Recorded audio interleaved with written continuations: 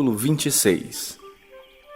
Tendo Jesus acabado todos estes ensinamentos, disse a seus discípulos: Sabeis que daqui a 2 dias celebrar-se-á a Páscoa, e o Filho do Homem será entregue para ser crucificado. Então, os principais sacerdotes e os anciãos do povo se reuniram no palácio do sumo sacerdote chamado Caifás, e deliberaram prender Jesus à traição e matá-lo. Mas diziam: não durante a festa, para que não haja tumulto entre o povo. Ora, estando Jesus em Betânia, em casa de Simão o leproso, aproximou-se dele uma mulher, trazendo um vaso de alabastro cheio de precioso bálsamo, que lhe derramou sobre a cabeça, estando ele à mesa. Vendo isso, indignaram-se os discípulos e disseram: para que esse desperdício? Pois este perfume podia ser vendido por muito dinheiro e dar-se aos pobres. Mas Jesus, sabendo disso, disse-lhes: por que molestais esta mulher? Ela praticou boa ação para comigo. Porque os pobres sempre os tendes convosco, mas a mim nem sempre me tendes. Pois derramado este perfume sobre o meu corpo, ela o fez para o meu sepultamento. Em verdade vos digo, onde for pregado em todo o mundo este evangelho, será também contado o que ela fez para a memória sua. Então, um dos 12, chamado Judas Iscariotes, indo ter com os principais sacerdotes, propôs: que me quereis dar, e eu vou-lhe entregarei. E pagaram-lhe 30 moedas de prata.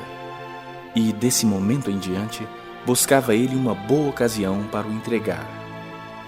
No primeiro dia da festa dos pães asmos, vieram os discípulos a Jesus e lhe perguntaram: onde queres que te façamos os preparativos para comeres a Páscoa? E ele lhes respondeu: ide à cidade ter com certo homem e dizei-lhe: o mestre manda dizer, o meu tempo está próximo. Em tua casa celebrarei a Páscoa com os meus discípulos. E eles fizeram como Jesus lhes ordenara e prepararam a Páscoa. Chegada a tarde, pôs-se ele à mesa com seus 12 discípulos.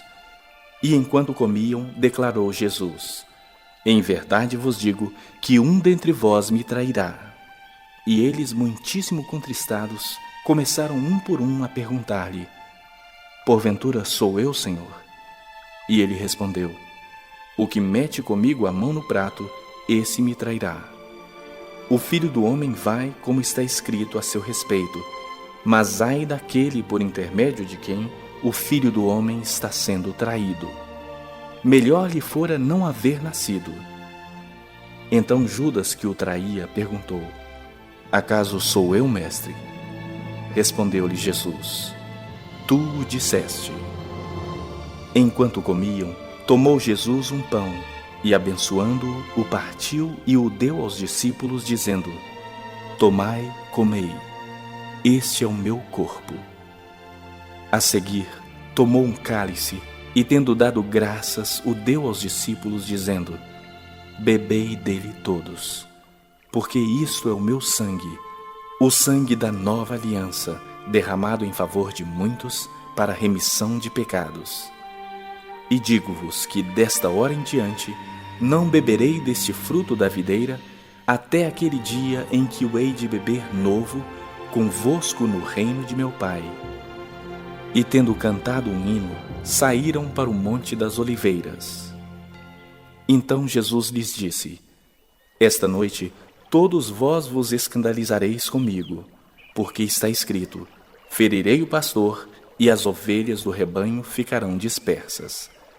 Mas, depois da minha ressurreição, irei adiante de vós para a Galiléia.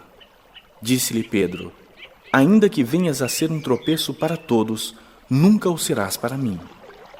Replicou-lhe Jesus: em verdade te digo, que nesta mesma noite, antes que o galo cante, tu me negarás 3 vezes. Disse-lhe Pedro: ainda que me seja necessário morrer contigo, de nenhum modo te negarei. E todos os discípulos disseram o mesmo. Em seguida, foi Jesus com eles a um lugar chamado Getsêmani e disse a seus discípulos: assentai-vos aqui enquanto eu vou ali orar.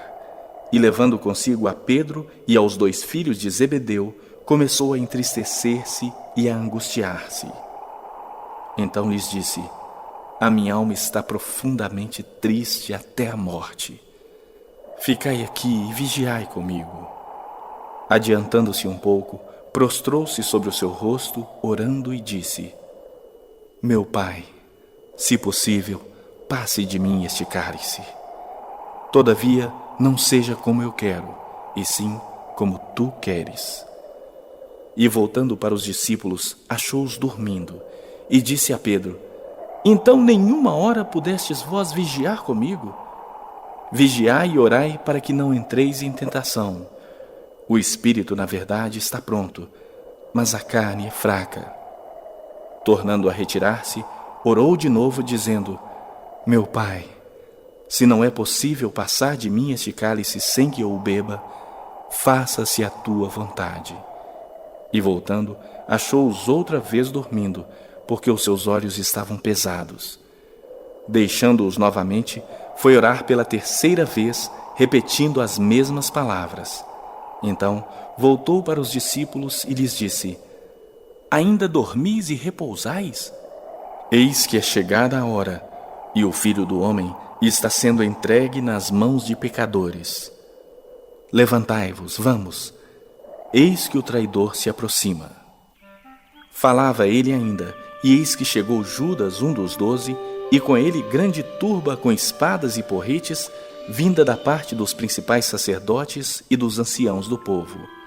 Ora, o traidor lhes tinha dado este sinal: aquele a quem eu beijar é esse, prendei-o. E logo, aproximando-se de Jesus, lhe disse: salve, mestre, e o beijou. Jesus, porém, lhe disse: amigo, a que vieste? Nisso, aproximando-se eles, deitaram as mãos em Jesus e o prenderam. E eis que um dos que estavam com Jesus, estendendo a mão, sacou da espada e, golpeando o servo do sumo sacerdote, cortou-lhe a orelha. Então Jesus lhe disse: embainha a tua espada, pois todos os que lançam mão da espada, a espada perecerão. Acaso pensas que não posso rogar a meu Pai, e ele me mandaria nesse momento mais de 12 legiões de anjos? Como, pois, se cumpririam as Escrituras, segundo as quais assim deve suceder? Naquele momento, disse Jesus às multidões: saístes com espadas e porretes para prender-me como um salteador? Todos os dias no templo eu me assentava convosco ensinando, e não me prendestes. Tudo isso, porém, aconteceu para que se cumprissem as Escrituras dos profetas. Então os discípulos todos, deixando-o, fugiram. E os que prenderam Jesus o levaram à casa de Caifás, o sumo sacerdote, onde se haviam reunido os escribas e os anciãos. Mas Pedro seguia de longe até ao pátio do sumo sacerdote, e, tendo entrado, assentou-se entre os serventuários para ver o fim. Ora, os principais sacerdotes e todo o sinédrio procuravam algum testemunho falso contra Jesus, a fim de o condenarem à morte. E não acharam, apesar de se terem apresentado